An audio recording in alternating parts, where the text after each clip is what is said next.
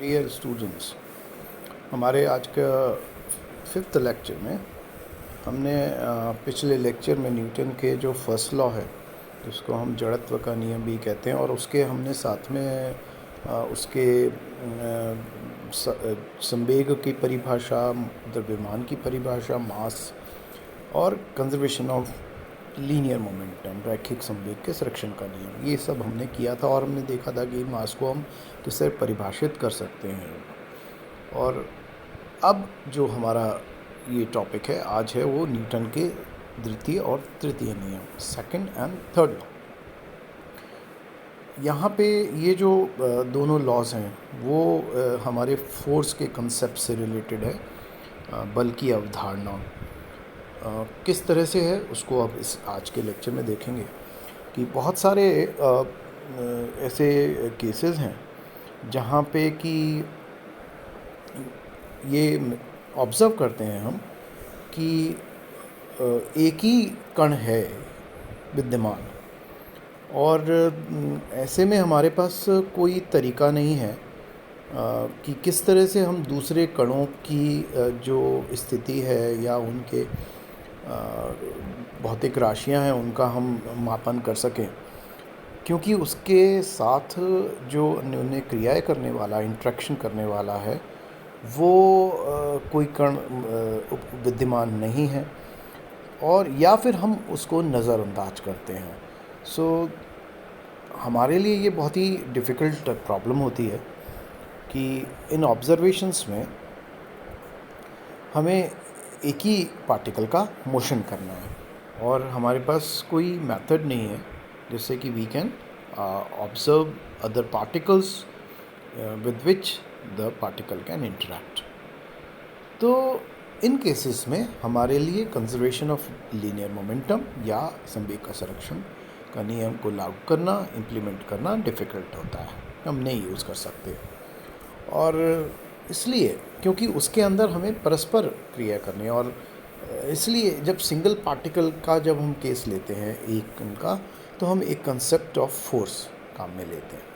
और इसके लिए हमारी जो मूलभूत पिछले लेक्चर में देखा था जो इक्वेशन है कि हमने देखा था कि एक कण और दूसरे कण के लिए जब हम चेंज लेते हैं परिवर्तन, तो वो परिवर्तन संवेग का delta P1 is minus of delta P2।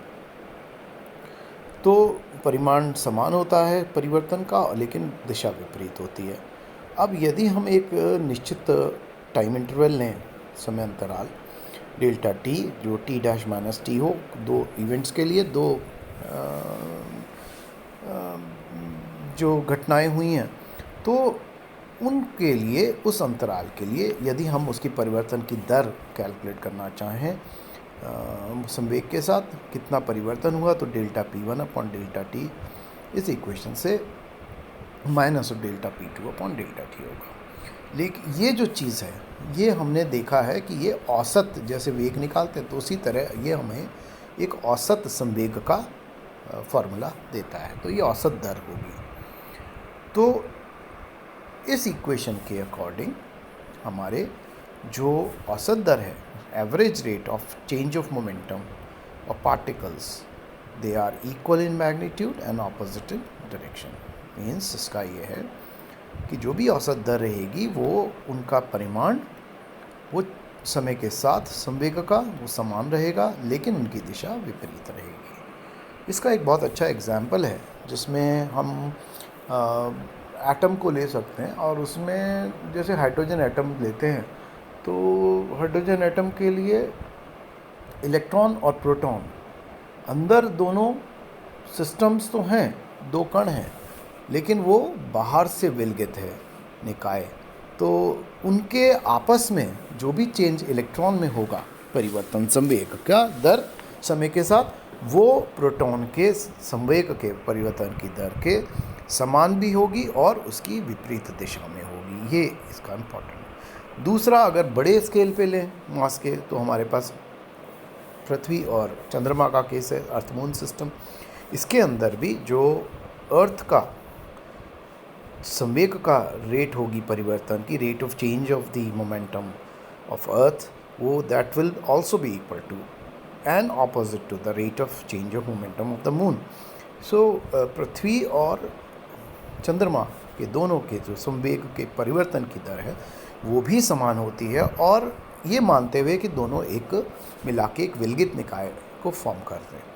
इसी तरह आप पृथ्वी और सूरज के लिए भी ले सकते हैं, या किसी भी दो तारों के लिए भी ले सकते हैं, और सन को एक हमारे जो गैलेक्सी है मिल्की वे, उसके अंदर भी आप एक विलगित निकाय मान के और इस तरह का ये फॉर्मेशन कर सकते हैं। तो हम अब फोर्स को डिफ़ाइन कैसे करेंगे? परिभाषित करने के लिए हम कहेंगे कि ये एक ऐसी चीज़ है जो कि किसी कण पर लगती है। अब कैसे लगता है? कि जो उसके संवेग में परिवर्तन करे किसी निश्चय समय अंतराल में, वो हमारा न्यूटन का सेकंड लॉ इज़ कि force is equal to dp upon dt। लेकिन ये जो हम कहते हैं कि फोर्स क्या चीज़ है, जो उसकी अवस्था को करता है चेंज, और ये हमें एक्ट कर रहा है किसी पार्टिकल पे, लग रहा है, ऐसा ये जो चीज़ है ये वास्तविक नहीं है। क्योंकि जो फोर्स है वो एक गणितीय संकल्पना है, हमारी मैथमेटिकल कंसेप्ट है। हमारी फिज़िक्स को इजी करने के लिए ये एक रिलेशन जो है वो प्रतिपादित किया। तो फोर्स जो है वो हमें सिर्फ ये बताता है कि यहाँ कोई अन्योन्य क्रिया हुई, और वो हमें उसके बारे में ये बताता है कि अगर कोई चीज़ ऐसी हुई तो वो फोर्स है जो चेंज कर रहा है उस इंटरेक्शन के द्वारा किसी भी क्वांटिटी को। यदि पार्टिकल फ्री है, मुक्त है, तो हम जानते हैं कि उसका वेग समान रहता है, तो उसका p भी कांस्टेंट रहेगा, और उस केस में उसका फोर्स जो बल है वो ज़ीरो होगा। तो किसी भी कण पे यदि कोई फोर्स नहीं लग रहा,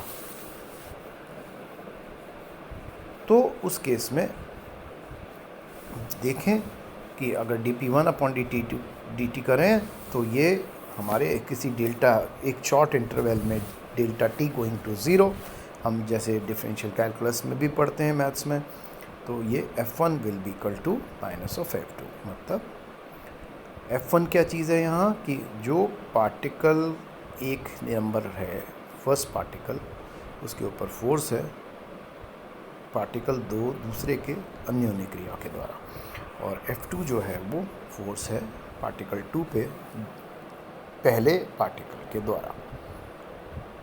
अब ये दोनों चीज़ें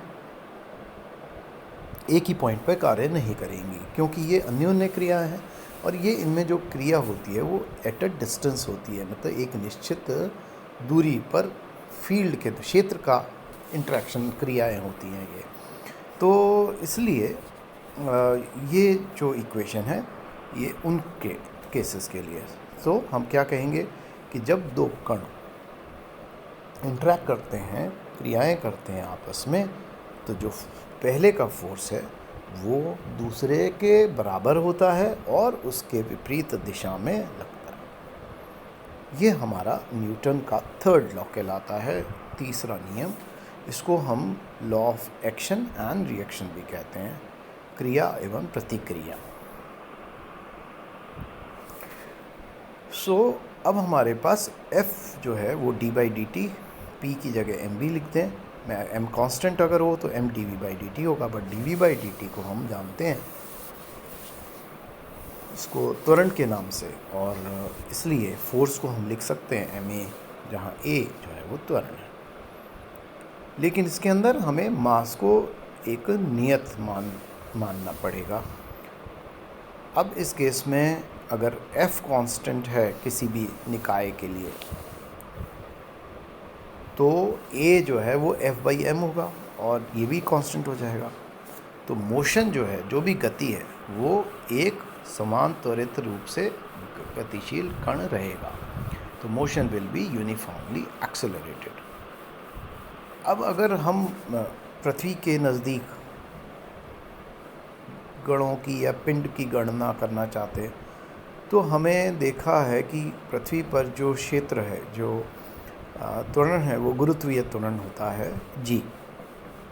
तो हम अगर इसको लें तो यहाँ पे जो बल कार्य करेगा वो पृथ्वी के द्वारा जो ग्रेविटेशनल आकर्षण है, गुरुत्वीय आकर्षण, उसको हम एक नाम से जानते हैं, इसको वेट कहते हैं, और ये mg होना चाहिए। लेकिन g एक्चुअल में g ज़ीरो है यदि किसी बिंदु पर लेते हैं, पृथ्वी के किसी पॉइंट पर लेते हैं, क्योंकि g जो है वो डिपेंड करता है कि उसका अक्षांश क्या है, lambda.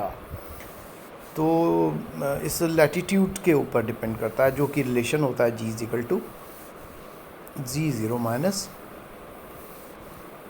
Omega square r cos of lambda.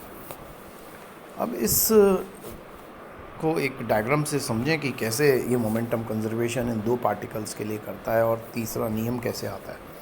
तो इसको देखें कि मान लीजिए m1 है और इसके ऊपर एक बल कार्य कर रहा है, और दूसरा भी एक m2 है जिसके इन दोनों को जोड़ने वाली जो रेखा है सीधी रेखा हुआ r12 है। तो f1 f2 के लिए इनके वेग जब v1 v2 हों तो ये कुछ इस तरह से काम करेगा। और अगर हम ये सोचते हैं कि यहाँ पे और भी, क्योंकि एक कण तो विद्यमान नहीं होता है एक इस सिस्टम में, कहीं भी बैठे हैं हम, अगर पृथ्वी को विलगित निकाय मानते हैं तो अंदर इतने सारे ऑब्जेक्ट्स हैं पृथ्वी पे, तो अगर हम उनको भी माने वस्तुओं को, तो इनके लिए अगर मान ले द्रव्यमान m1 m2 m3 है, तो उन सब के ऊपर ये अगर एक एकांक हम एक रेफरेंस पॉइंट ले लें और उसके ऊपर बल पता करना चाहें तो कितना रहेगा।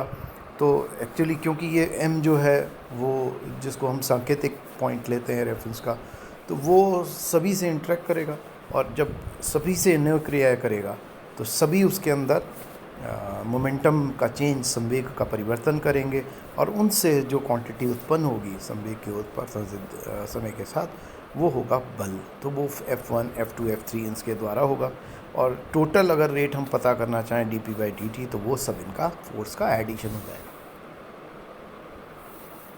जो कि कुल बल के बराबर F के बराबर होगा। F को जैसे जानते हो आप मेजर न्यूटन्स में करते हैं और इनकी यूनिट्स में। तो अब हम इसके बाद जो इससे रिलेटेड है वो नेक्स्ट लेक्चर में करेंगे, जिसको छद्म बल कहते हैं, और उससे कुछ रिलेटेड एप्लीकेशंस हैं। और उसके बाद फिर क्या ये जो क्षेत्र है जो बल के द्वारा उत्पन्न होता है त्वरण का के लिए, तो उसमें दो हमें समान त्वरण के क्षेत्र लेने हैं, जिनमें एक तो है यूनिफॉर्म फील्ड में विद्युत और चुंबकीय क्षेत्र का, और दूसरा है गुरुत्वीय क्षेत्र का। तो हम इसको नेक्स्ट लेक्चर्स में टेकअप करेंगे, और टिल देन गुड बाय।